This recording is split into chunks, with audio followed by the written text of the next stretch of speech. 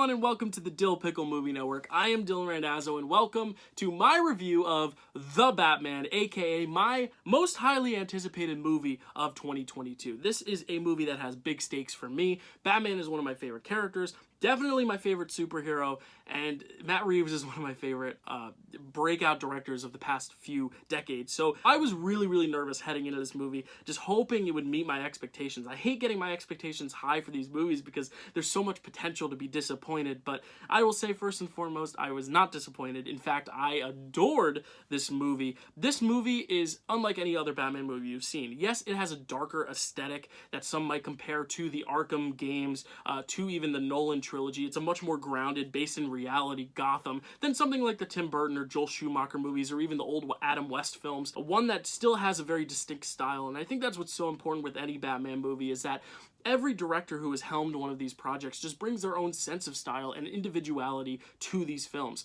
Even the weaker films that some consider some of the worst of comic book history. Some might say Batman and Robin is one of the worst films, but Joel Schumacher still keeps a very singular artistic vision that separates it from any other Batman film. Same with Tim Burton. Those films are regarded better, but you could tell right off the bat, no pun intended, that those are Tim Burton films. Same as Nolan. You could tell that those were Nolan films. It had his stamp on it, and the same is true here. Matt Reeves, you can sense it's his style, his distinct vision through and through. And I think this is one of those movies that if you separate the Batman characters from it, it works pretty much on its own as is a really good crime film. I don't want to make comparisons to Fincher's films, but this feels like a Seven, where you're going through all these series of murders. There is a supposed serial killer leaving hints and clues that these detectives have to pick up, except in this case, the detectives are Batman, Catwoman, and Commissioner Gordon. So it's kind of blending the comic book characters we love with a traditional crime sensibility and storytelling, and it really creates a great marriage. While I could make comparisons to past films,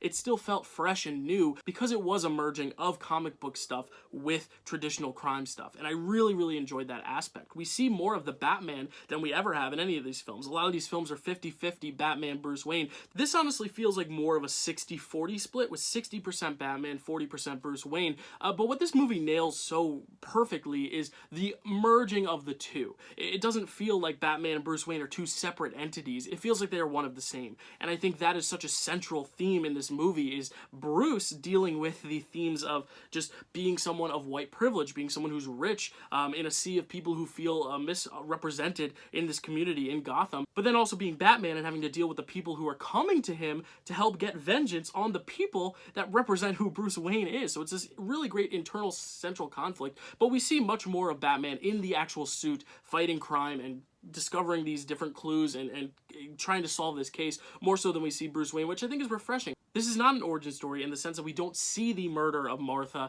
and Thomas Wayne. We do not see him become the Batman. We do not even see the beginning where he makes this relationship with Commissioner Gordon. All that is established off screen before this movie even starts. This movie takes place a few years into him being the Batman, and I think that's such a great choice because we've seen the origin story played out so many times, we don't need to see it again. Even if you aren't necessarily educated on the origin story of Batman, I think there are subtle clues of backstory that are kind of placed in, planted throughout this movie that gives you a sense of what his background is without spelling it out for you in an exposition dump or anything like that. The villains can make or break a movie. Some movies have been broken by the villains, aka Tommy Lee Jones's Two-Face. Some movies have been made by their villains, like Michelle Pfeiffer's Catwoman. We have some great villains here. We have Colin Farrell in an unrecognizable Penguin. The makeup is so incredible. I hope it gets nominated for an Oscar. I know we're a year away from the next Oscars, but I really do hope the makeup gets recognized because he is unrecognizable. He doesn't play a huge role into this film, but when he is there, his presence is really felt. I got you! I got you!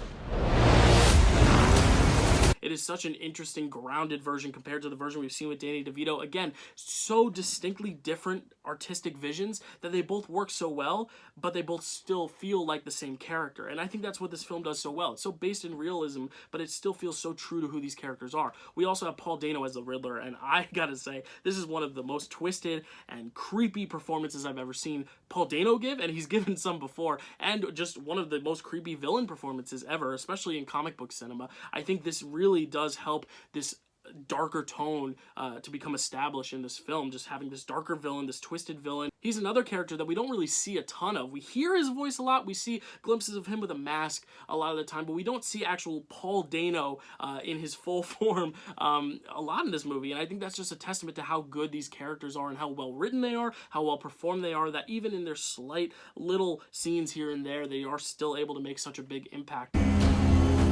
I've been trying to reach you. Find the gun! One of the main characters, though, as I alluded to earlier, is Catwoman, and she's not necessarily a villain in this version of the Batman. She acts more as Batman's co-partner. What I like is that it doesn't feel like Catwoman is playing second in command to Batman. It feels like they are at an even playing field. They are kind of helping one another. They both do have conflict. She's not a villain, but she does butt heads with Batman sometimes. But it's really nice to see that relationship, as well as the relationship between Batman and Commissioner Gordon. Another relationship that we don't need an origin story to flesh out. We have a sense of what the relationship is at the beginning of the film, and while it remains pretty much stagnant throughout the whole film, I think their relationship ends in a really nice place in this movie. I think the one character that might have been underutilized was Andy Serkis's Alfred, but again, this is a movie more centered around Batman than Bruce Wayne himself, so it was inevitable that Alfred maybe wouldn't be the most prominent character, but again, I think Andy Serkis does a great job. This film is so well cast, it has such a great ensemble, all these characters feel distinctly new, but also so truthful to what their origins are in the comics and other movie versions that we've seen of them. We also have to talk about Robert Pattinson himself, who I think is a really, really great Batman. I've talked about the character itself, but his performance is really, really strong. He feels very unlike any Bruce Wayne we've ever seen before, and I say that in a good way. It just feels so fresh. It feels much more grounded and gritty in this world, and Robert Pattinson has had so much versatility in his career. I know a lot of people just write him off as the Twilight guy, but look at Goblet of Fire. He was great. He brought us to tears at the end of Goblet of Fire. Look at Good Time, the Safdie brothers film before they made Uncut Gems. Good Time, he's incredible in that. I suggest checking out his other works because he is a really legitimately amazing actor. I think this film really shows it and really showcases his talents well, both in the cape and out of it. I think if I had to point out another MVP, it is Zoe Kravitz as Catwoman. This is a Catwoman that is so different from Anne Hathaway's, different from Michelle Pfeiffer's, different from Halle Berry's, but it does feel, like I said with all these characters, very honest to the character of Selena Kyle and Catwoman. They give her such a great storyline. There are little hints you can see here and there that help give a sense to who this character is without having to spell out all this exposition, and I think that's what's so strong about this whole film. I can take care of myself. Zoe Kravitz just performs the hell out of this role. She just has a magnetism just in general as a person, but then paired with such a kick-ass role, and a role that is seductive, sexy, but also very scary and could like cut your throat at any minute. She really balances that well, and I think it's the perfect Catwoman performance for this type of film, and maybe the best Catwoman performance we've seen definitely since Michelle Pfeiffer, and maybe ever. I know Michelle Pfeiffer is like hard to top, but really she blew me away. Lastly, I have to talk about the score. Michael Giacchino is one of my favorite composers ever. He composed two of my favorite Pixar scores, being Up and Ratatouille, and I think this is his best work, definitely his best work since Up, and it might be his masterwork of all time. He is able to weave themes from other classical pieces of music, like Ave Maria being an example, that just weaves throughout this whole score, but then also this really dynamic Batman theme itself, the dun, dun, dun, dun.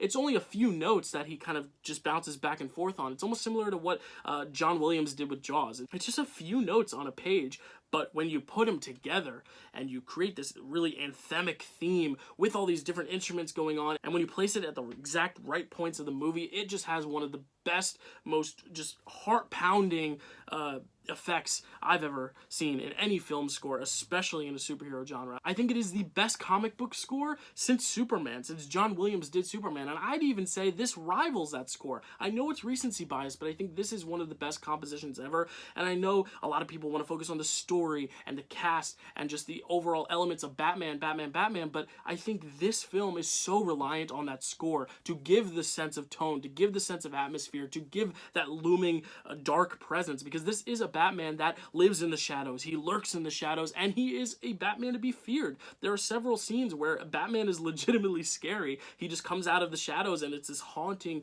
vibe, and I think this music just nails that vibe so well to where, like, I'm ready to give him the award now. I think we should just skip to the Oscars of March 2022 and hand him a trophy because, and this is a movie where everyone is firing on all cylinders, but I think his score is one of the most mesmerizing things in this whole film. There are just so many other things I could say about The Batman, but I don't want to go into spoilers, so you have to go check it out. I really implore you. It is long, but it never felt its length. It flew by for me, and I hope it flies by for you. Even if you feel its length, I think every single minute does feel worthy. I think you could cut stuff out, but I think it would overall detract from the overall effect. I really think every minute is utilized properly to create a really, really cohesive and amazing whole. So I really do recommend you guys check it out, and please come back here and subscribe to the channel because I'm sure I'll bring up Batman several more times throughout the year as we get closer to next year's Oscars. I'm sure it'll be in the conversation. I hope it's in the conversation. If a movie like Joker could get nominated for the most awards of that year, I think The Batman could definitely also do that because I think this is a better film than Joker. It is one of my favorite comic book films